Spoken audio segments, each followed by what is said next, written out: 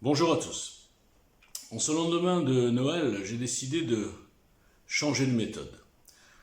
Vous le savez, ceux qui me connaissent, ceux qui me suivent sur les réseaux et en particulier sur Twitter, ils savent que j'ai un style de communication un peu particulier, parfois quasiment agressif, faut le dire, souvent provocateur, très souvent au second degré, avec un peu d'ironie, qui est apparemment mal comprise, qui est prise toujours au premier degré. Et, euh, et ceux qui me connaissent, bon, ils savent que je me plains tout le temps. Je suis tout le temps en train de dire mais qu'est-ce qui se passe? Qu'est-ce qu'il vous faut de plus pour venir participer à EJL, un mouvement qui vous ressemble, vous les citoyens, etc. Bon bref. J'ai décidé aujourd'hui de lancer on peut dire un brainstorming, brainstorming public. Vous savez, j'ai aussi une communication, enfin plutôt une stratégie complètement ouverte. C'est-à-dire que je diffuse même des messages internes. J'ai aucun problème avec ça. Donc vous savez que ça change. Ça peut surprendre, ça peut faire fuir. Alors que si on y réfléchit bien, au fond, qu'est-ce que veulent les gens? C'est qu'on leur dise tout. C'est qu'on ne cache pas les difficultés, qu'on soit honnête, clair, transparent, comme j'ai essayé de l'être depuis 3 ans. Alors aujourd'hui, je voudrais donc lancer un brainstorming. Je vais vous poser le problème tel qu'il se pose actuellement en interne, parce qu'on a bien sûr des discussions là-dessus, pour trouver des solutions de déblocage, on peut dire. Bon. Donc je vais m'adresser à tout le monde. Alors c'est quoi le sujet? Le sujet, c'est que maintenant, ça fait pile 3 ans, pile 3 ans que j'ai lancé, que je suis arrivé sur Twitter avec une trame de programme, des postulats, des analyses, et quelque part un espèce de pari. Un pari de la réactivité, je dirais de mon peuple au sens large, on va dire de mes concitoyens. Je me suis dit que j'étais pas le seul à en avoir marre, à être un mariste, et à me dire que tous ces politiciens, ils sont bien gentils, pour la plupart, mais c'est fini. Je veux dire, là, la prise de pouvoir par Macron et sa clique a signé la fin des partis politiques, on peut le dire.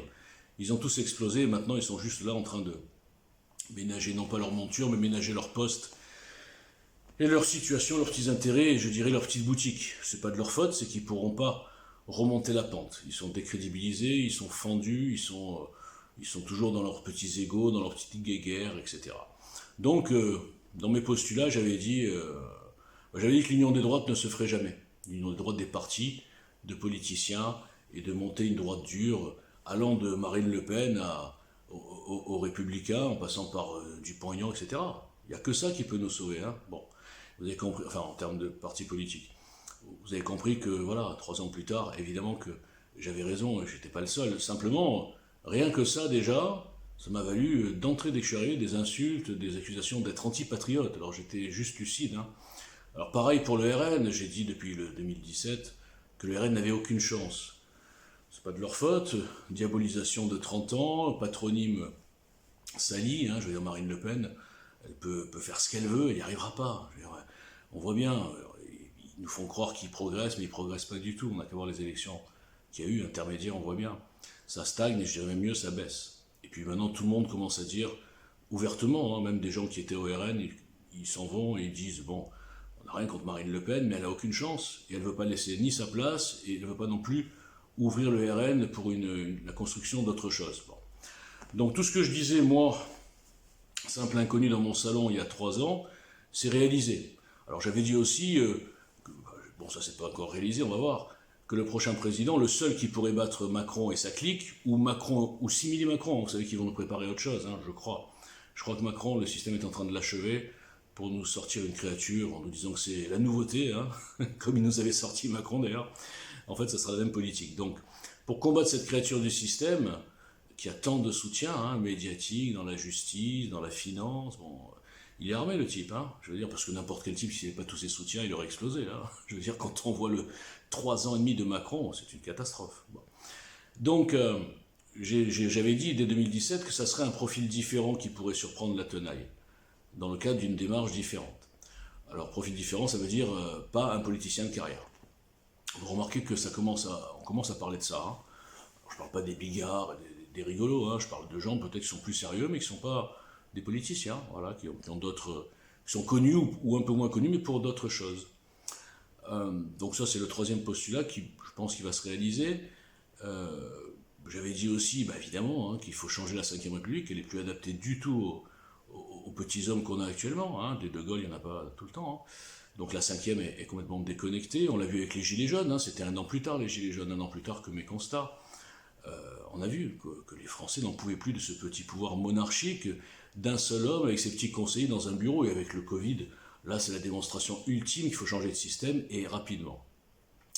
Donc je me disais, on pourrait se dire même aujourd'hui, dis donc, ce type-là, finalement, ce qu'il avait écrit, c'était pas mal. Bon, c'était avant-gardiste. Alors, et malgré tout, je vous dis, j'ai subi des cabales, des insultes, des gens déchaînés, des hystéries, des diffamations, des menaces. Bon, j'ai eu le défaut, c'est le défaut de mes qualités, c'est que je suis un mec combatif, moi. Moi, quand on me cherche, on me trouve, hein, c'est pas que je suis un voyou, hein, c'est que je ne me défile jamais et je refuse aucun combat. Donc, au lieu d'ignorer tous ces gens, je les ai combattus. Et j'avais une équipe, vous savez, au tout début. C'était très bien parti avant que Jean Messia et sa bande lancent la cavale pour me détruire, évidemment. Jean Messia, j'ai parlé un mois avec lui avant. Bon, il a compris qu'il y avait du potentiel, donc il s'est dit celui-là, il vaut mieux le faire disparaître.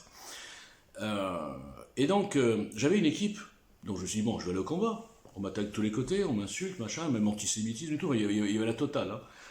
Psychiatrisation, antisémitisme, alcoolique, pédophile, les menaces au téléphone, les harcèlement la nuit, le jour. Enfin, moi, j'ai changé de téléphone. Enfin, moi, mais c'était pas grave pour moi. Moi, ça m'impressionne pas tout ça. Et surtout, j'avais une équipe. Donc, je me dis, les gars, on va combattre. Et cette équipe, en fait, à 80%, ils se sont dilapidés. Vous savez, c'est des gens très fragiles.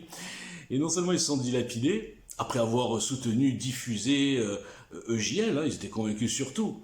Et du jour au lendemain, quand ils ont vu toute cette tension, toutes ces insultes qu'ils prenaient, ils sont non seulement partis, pour vous dire, hein, mais ils ont même, pour certains, pour une majorité, rejoint les meutes qui m'insultaient. Je ne sais pas si vous imaginez la valeur morale, enfin, le manque de valeur morale de ces gens.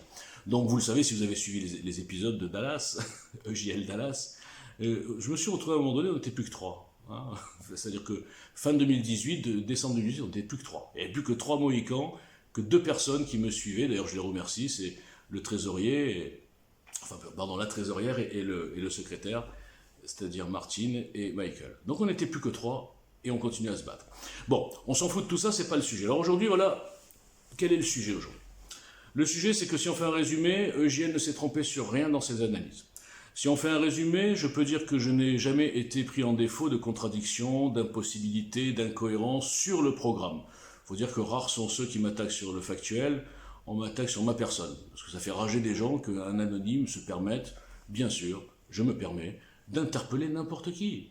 Parce qu'il n'y a pas de... Moi, je n'ai aucun frein, vous savez. Les gens se font des montagnes sur des gens qui sont connus. Oh là là, il ne faut pas les déranger, c'est des idoles. Non, il n'y a pas d'idole, on est tous des citoyens et on doit tous trouver une solution. Alors évidemment que... Il faut dire, hein, j'ai parlé avec beaucoup de soi-disant idoles, hein, des demi-médiatiques. Ils me prennent tous de haut. C'est marrant. Hein. Ils font les gens proches du peuple sur les plateaux de télé ou sur Twitter et tout, mais en fait, en réalité, ils n'en ont rien à foutre. Hein. Je vous le dis, je ne vais pas donner de nom, mais c'est assez pitoyable. Donc, ce sont des gens qui méprisent tout ce qui ne vient pas de leur caste. Hein. J'en ai déjà parlé souvent des castes de journalistes, les castes de politiciens, les castes, je ne sais pas de quoi exactement, mais ils ont alors on parle de mon ego, mais enfin le leur est complètement surdimensionné et surtout surévalué. Enfin, je veux dire pas leur ego, leurs compétences. Parce que bon, je veux dire, j'ai été capable de faire un programme, pas tout seul, hein, heureusement, qui tient la route, beaucoup plus, je dirais, que certaines petites starlettes de Twitter. Hein. Pourtant, ils ont un succès fou, parce qu'ils sont peut-être passés à la télé, j'en sais rien. Donc, je reviens sur le sujet. Donc, le problème, c'est comment faire en sorte que, premièrement, les boycotteurs arrêtent de boycotter EJL. Alors, c'est extraordinaire, ça aussi. En général, on boycotte quelqu'un parce qu'il est fou, hein, parce que ce qu'il dit, c'est n'importe quoi, parce qu'il insulte, parce qu'il menace, parce que c'est un troll. Ok. Mais boycotter un type qui se bat depuis 3 ans, qui est un citoyen comme eux en plus, hein, qui se bat depuis 3 ans, qui s'est trompé sur rien, qui peut le prouver, tout est daté. Aujourd'hui, beaucoup de gens font exactement ce qu'il avait dit il y a 3 ans. Hein. Par exemple, Jean Messia, aujourd'hui, est en train d'essayer de faire exactement ce que JL a fait en novembre 2017. C'est-à-dire un appel aux compétences citoyennes, venez, rejoignez-nous, on va monter un programme, etc. Il fait pareil. Mais il continue à me prendre de haut. Je ne sais pas pourquoi. Bon, Jean Messia, je ne vais pas en parler 10 ans, parce que je l'aime bien, au fond, je le taquine souvent. Mais c'est vrai que j'ai vu que son petit ego de starlet a pris le dessus. Hein. Il est incapable de lancer un débat, ou en tout cas de répondre. Il préfère fuir. Bon. Donc, pourquoi ce boycott? Aujourd'hui, il n'y a plus de raison. Parce que savez-vous que tous ces gens qui me boycottent sont en majorité des militants RN. Hein. Ça faisait partie de ceux qui ont cru que Walter Boujna était là pour tuer le RN. Franchement, il faut être fou Il y en a même qui me disaient, si on perd, c'est à cause de toi. J'ai vécu, je vous assure, j'ai vécu des trucs extraordinaires. Donc, ces gens-là, pourquoi ils me boycottent aujourd'hui? Ils n'ont aucune raison politique de me boycotter parce qu'ils pourraient signer tous mes tweets. Je vous le garantis, hein, je me fais des sondages. Je peux vous dire qu'ils sont d'accord avec tout, mais ils me boycottent. Bon. Alors, on va dire les boycotteurs, on va dire politiques, idiots, excusez-moi, mais politiques. Après, il y a les boycotteurs psychiatriques. Psychiatriques, ce sont des gens qui ont été chez EJL, qui ont diffusé EJL pendant 1 an, etc., même plus des fois, qui sont même adhérents, hein, vous savez, il y a des adhérents, hein, qui me boycottent. Bon. Ils ont oublié complètement qu'ils n'étaient pas là pour Walter Boujna, qui n'est pas candidat, qui n'est rien du tout, qui est juste le détonateur, mais pour EJL. Non, ils ont oublié, ils me boycottent. Donc ils diffusent plus, ils ont disparu de la circulation. Donc c'est les boycotteurs boudeurs, cela, c'est une autre catégorie. Ensuite, il y a comment faire pour que justement ces demi-médiatiques ils arrêtent d'ignorer le mouvement citoyen avant-gardiste, le plus construit, le plus solide de tout le paysage. Hein. Je parle des mouvements citoyens, pas non plus trop, aller trop haut. Pourquoi ces gens-là répondent des fois à des mouvements qui ont rien?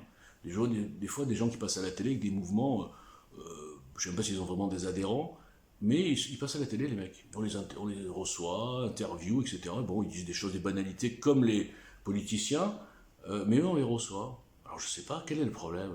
Là, je m'adresserai aux médias, je ferai des petites coupures de cette vidéo pour m'adresser à chaque fois à une famille en particulier.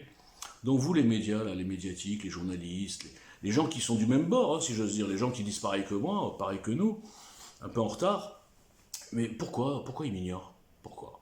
C'est ça la question. Est-ce qu'il faut avoir une carte spéciale? Est-ce qu'il faut sortir d'une école commune? Est-ce qu'il faut avoir des réseaux? Est-ce qu'il faut connaître un tel? Tiens, vas-y, je te mets en contact. Moi, je connais personne. Hein, c'est peut-être ça le problème.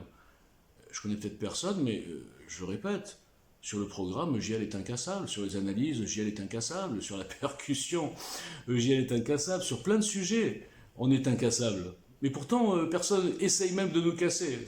On préfère nous ignorer. Comme je l'ai dit, on ne peut combattre EJL que par le boycott, le mépris, l'ignorance, l'ostracisation, la psychiatrisation, enfin tout a été fait. Et ça marche puisque les gens suivent, hein. Les citoyens ils suivent. Ils suivent les consignes, ils suivent... j'ai vu qu'ils défendaient les starlets, là, quand j'interpelle un peu avec ironie, avec des faits concrets, hein. Telle ou telle starlet, les gens ils osent pas diffuser. Ils disent là, on ne veut pas se mettre mal avec la starlet. Alors que la starlet, je vous le dis au sens large, je vous le dis vraiment les gens, elle n'en a rien à foutre de vous la starlet. Et je peux vous le confirmer. Bon. Donc voilà, donc la question... Ah oui, alors pareil, vous savez que j'ai écrit un petit... Enfin, j'ai fait un petit, ce qu'on appelle un livret de l'adhérent. Bon. Dans ce livret, c'est un 6 pages avec quelques questions, quelques résumés, quelques liens sur les fondamentaux de JL, on va dire. Vous savez que... Alors, le tweet, bien sûr, n'a jamais retweeté. Hein, il y a quelques-uns qui s'y aventurent. Mais vous savez que j'en suis à plus de 5000 téléchargements. C'est-à-dire qu'il y a 5000 personnes qui ont téléchargé ce livret de l'adhérent. Hein, donc, bon. Alors, je veux bien qu'on me boycotte, mais néanmoins, les gens sont un peu intéressés quand je poste des trucs. C'est pas la première fois. Hein. Quand je poste des sondages, vous savez, les sondages, je vois tout de suite, en 1 heure, il y a 100, 150, 200 téléchargements. Pour moi, un petit amateur, c'est beaucoup. Mais ils répondent pas. C'est-à-dire qu'on télécharge un sondage, mais on n'y répond pas. Bon. Pourquoi? Pour pas laisser de traces, de contact avec EJL, j'en sais rien, vous savez, je deviens paranoïaque. Mais au bout de 3 ans, ça devient une blague, cette affaire. Je fais des appels dans tous les sens, je fais des démonstrations dans tous les sens, je mets à jour avec des tweets, des screens, des choses datées que j'ai dit bien avant tout le monde, dans tous les sens, les gens n'osent pas toucher. Attendez les gars, je veux dire, EJL c'est pas les nitroglycérines, hein. EJL c'est juste un mouvement citoyen qui est un peu différent des autres, c'est-à-dire que son programme, c'est pas une suite d'incantations, de revendications syndicalistes et de tout le monde il est beau, il est gentil, le peuple par le peuple, c'est un truc construit. Voilà. On va dire que c'est un programme politique construit, sérieux, mais mené par des gens qui ne sont pas des politiciens et qui ne sont pas non plus des gens, des gilets jaunes qui ont dit tiens on va faire un programme, voilà comme ça. On a un truc précis, concret, construit. Alors je vous demande, voilà ça, je vais arriver à la question. Hein. Oh là là, 14 minutes, il faudrait que j'apprenne à faire court. Bon, alors au bout de 15 minutes, je vous pose la question. À ceux qui auront le courage d'écouter tout ça, quels sont les conseils que vous pourriez donner? Qu'est-ce que vous pourriez amener, vous, citoyens, vous, peut-être médiatiques, on ne sait jamais, il y aura peut-être un retour de la conscience en se disant tiens, je suis médiatique, j'ai un peu d'audience, est-ce que je peux pas aider un petit peu ce mouvement? Après tout ce type-là, vous savez qu'il est un peu énervant parfois, mais enfin il est toujours là, hein.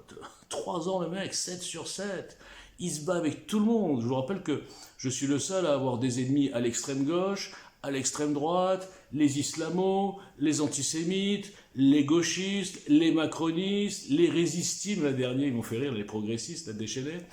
J'ai des ennemis partout, je crois que je suis le seul. J'ai au moins cette exclusivité, on peut pas me la nier celle-là. J'ai eu des cabales et des insultes dans tous les sens, même les UPR, les Insoumis, tous. Je ne vois pas un seul groupe, bah non, je cherche, même on va dire les lobbies un peu juifs, hein, parce que bon, vous savez, je m'appelle Boujna. Non, non, même eux. Non, parce que je crois que je suis pas assez juif. Je crois que je suis juste demi-juif, donc ça doit les embêter. Non, je plaisante, j'en sais rien. En tout cas, c'est quand même fou. Et on pourrait se dire, mais ce type qui a rien fait, qui a tous ses ennemis, qui sont... alors, chacun son style, il y a les insultes et menaces, chacun son style, c'est pas toujours très, très grave. Hein. Mais on pourrait se dire, putain, ce type-là, mais qu'est-ce qu'il a fait pour mériter ça? Ou ce mouvement, enfin, ce type-là, à la rigueur, on s'en fout. Mais ce mouvement, peut-être que ce mouvement, il dérange. Peut-être que ce mouvement, il est tellement construit qu'on ne peut pas le casser, donc on va essayer de casser le mec pour le décrédibiliser. Bon. Donc voilà, c'est encore un appel à la population, à mes concitoyens. Je vous assure que le seul endroit où vous devez être, si vous voulez être utile, si vous voulez continuer à commenter inutilement, bah, allez-y, hein, c'est pas grave, mais ça ne changera pas les choses.